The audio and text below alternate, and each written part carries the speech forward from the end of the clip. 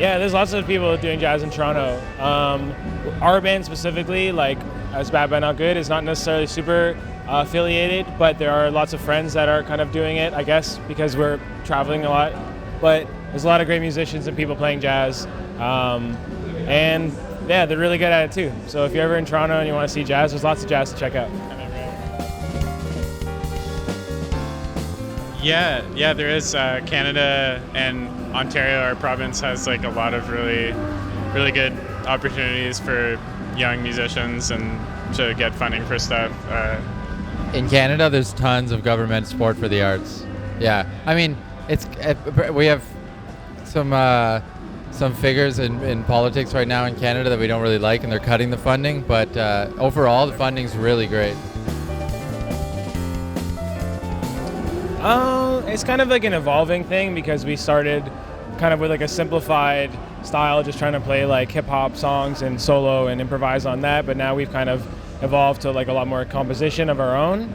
So it's kind of like a free kind of like, you know, rotational kind of energy that we're just trying to figure out and explore. Yeah, it's kind of hard to describe because we're inspired by so much music, and I think at the root of it all, we still really like to improvise. So it's kind of like, how do we navigate through whatever we're into, but then kind of try to put some like expression into solos and playing on it. I mean, same with anything, right? Like, I think obviously old school hip hop has its merit, and that's where like some of the most legendary albums of all time took place, is in like the 90s or 80s or whatever. But music evolves, and like there's stuff coming out today and last year and the year before that is just as good and just as like has as much depth as stuff from the past. So it's all good. So long as they stay in school, that's all that's important. Right. Yeah, it was like kind of a really interesting experience because we were just kind of like inspired by the music that they were making in like 2011, 2012, and put out our little cover YouTube video. And then to kind of get some reaction and actually be able to connect with the people that you were really inspired by was an experience we had never thought would happen. And it kind of just made us feel really like proud to have able to communicate it in some way and kind of create an experience that we didn't know was achievable. So it was a pretty like memorable time of the birth of our band, sort of. I mean, I didn't really know what to expect. This is the first time we played here, but everything was amazing. Had a great time. The audience was really receptive, and yeah, it was a really beautiful show. Yeah, we're going to Seoul, South Korea Korea, tomorrow. Yeah. We have a show the next day.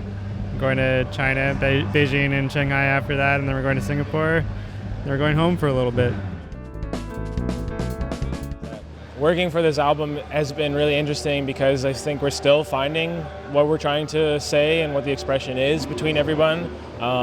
This year specifically has been a time where we've slowed things down a little bit from running around and trying to like find a bit more like peace of ourselves in the world and in our lives with our families and our relationships, our partners and everything like that. So I think we're still kind of in the developing stage of like really finding something that speaks to like a real merit of what our art is trying to portray and trying to say from our experiences and from who we are.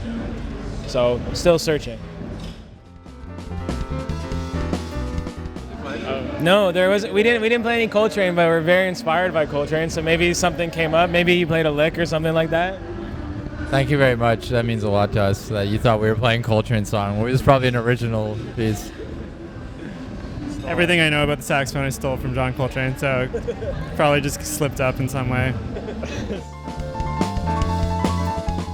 John Coltrane. Alice Coltrane. No, Ravi Coltrane. Any Coltrane. Any train. Oh. Eric Dolphy would be awesome. Jay-Z, does he count? I'm just kidding. You said jazz, right? Yeah, I think it'd be sweet to collaborate with Steve Lehman. I really like him. He's kind of doing similar stuff. Like he collaborates with hip hop artists, and he does all sorts of like avant-garde music and new music, and he's part of a big network in New York and across the world, and he'd be fun to collaborate personally for me.